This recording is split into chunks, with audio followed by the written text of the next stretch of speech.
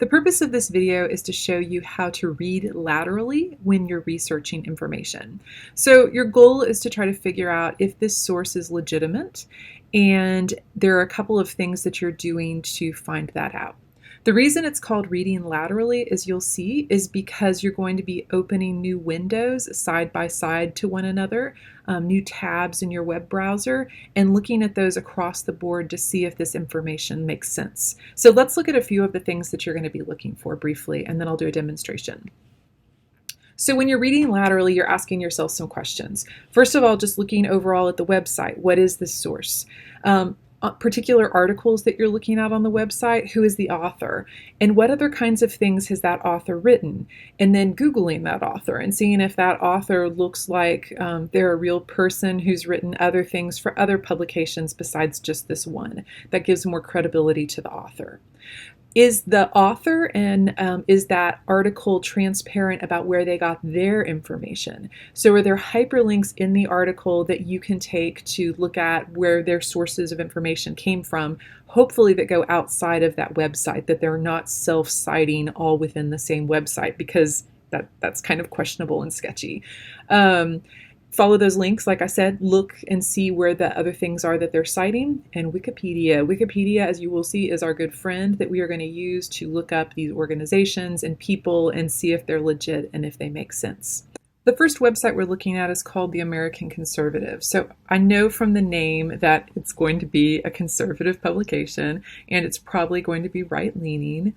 It's got some other things associated with it, like podcasts and videos. It also has a page that tells me who the writers are for this organization. And looking through the articles themselves, we've got a general like self-help kind of article, some articles about, politics in the American family and tax credits and things like that. A little further down, they've got blogs, which again, we know that blogs are not always reliable sources of information. It really depends on the author and who the author of that article is. And we can see that while it's a conservative leaning website, like based on the title of this article, maybe it's not necessarily a pro-Trump conservative website, because it's talking about saving their dignity by voting to convict. Another thing I wanted to point out about this one is it has a special section devoted to their writers. So I can click, I think I can click on this here and see who their writers are and learn a little bit more about them. You can Google these people individually. If you're looking at a particular article, look them up. Some names like Kurt Mills. Kurt Mills is going to be a pretty common name, but if you search Kurt Mills political reporter, political correspondent, or Kurt Mills conservative writer or something like that, you're more likely to find the author Kurt Mills, and you can read about other things that he has written. So the fact that they disclose who their authors are is a good thing, and it looks like they've got quite an array of people. And plus, also, I have to say, this is a really nice looking website. Some real money has been put into this website. That doesn't necessarily mean anything, but it's not like I don't know. It looks legitimate. When I do a Wikipedia search of the American Conservative, I can look at a little more information about them. I see over here that it's a bi-monthly publication. So there's also a publication, it looks like, in addition to the website, an editorial magazine. It's been around since 2002, which is a long time. And the founders are Pat Buchanan, Scott McConnell, and then Taki Theodorakopoulos.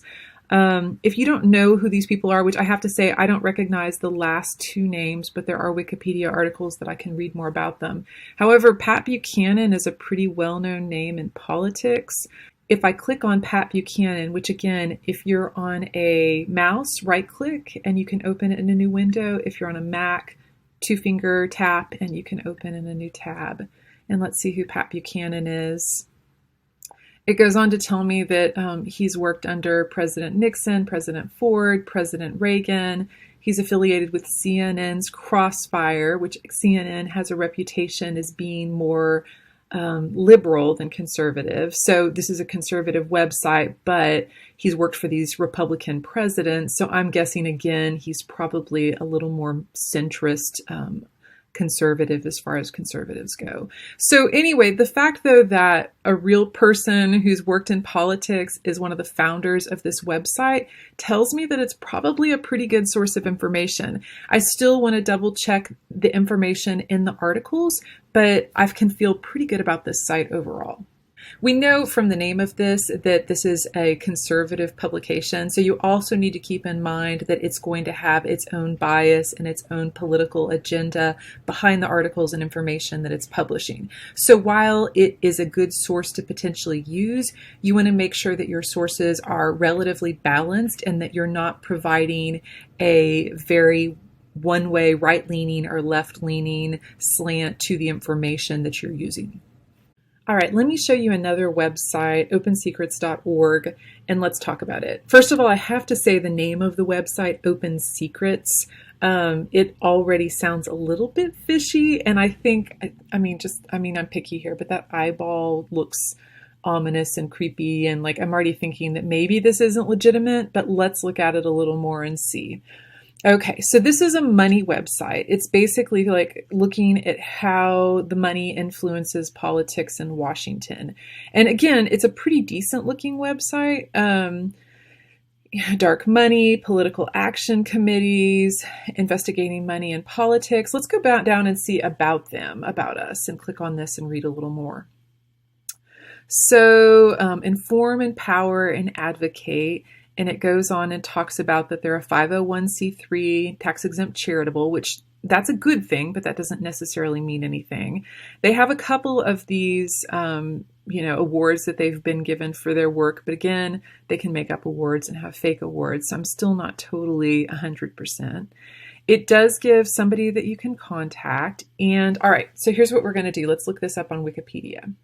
By the way, it's the Center for Responsive Politics, and when I put opensecrets.org into it pulls up Center for Responsive Politics on Wikipedia. It tells me over here that it has been around since 1983, so that's a really long time. A nonprofit, nonpartisan, out of Washington, D.C. It was founded by retired U.S. Senators Frank Church of Idaho, Hugh Scott of Pennsylvania. So even though I look at this website and I'm like, I'm not so sure, once I start reading about it a little more, it really does seem pretty legit.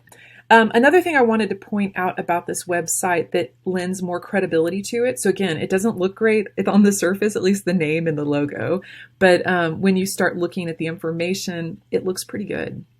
So this one is looking at political appointees of Biden and their financial influence. It says that they delivered $59,000 to Biden, which actually isn't that much. And then cumulatively to Democratic candidates, they've donated this amount of money. So that's a little more money there. But when I start looking at them, it does tell me that this information, at least at the state level, comes from followthemoney.org. So another thing you do when you read Laterally is it's called Laterally, by the way, because I'm pulling up all these websites side by side to get a better view across the board of what this looks like. Let's open followthemoney.org. So when I look up followthemoney.org, here's another website that's, again, I don't know if this is legitimate information or not, and so I'm just trying to find that out.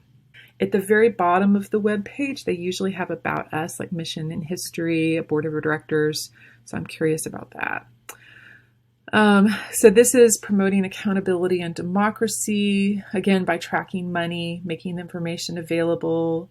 They've been around since 1999, and it is located in Helena, Montana, which is kind of strange. You would usually expect these things to be located in Washington.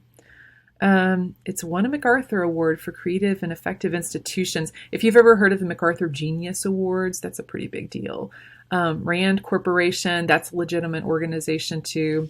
Again, let's look this one up in Wikipedia and just see. So this is National Institute for Money and Politics. That's the and when I put followthemoney.org, this is the website that came up. And again, we know it's the same one. Here it is in Helena, Montana, etc.